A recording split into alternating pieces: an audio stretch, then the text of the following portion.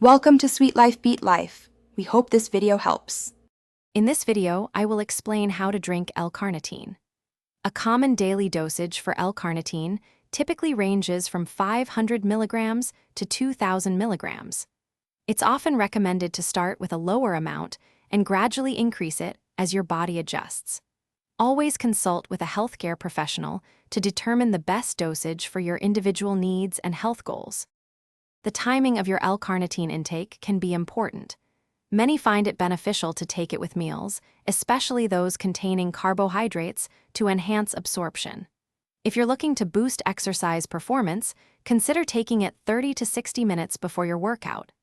L-Carnitine comes in various forms, including convenient liquids, capsules, and powders. When using liquid or powder L-Carnitine, you can easily mix it with water, juice, or even a protein shake to improve the taste. Some people find the natural taste a bit tart, so mixing it can help. It's generally best to avoid very hot beverages. Remember to stay well hydrated throughout the day, especially when incorporating supplements into your routine.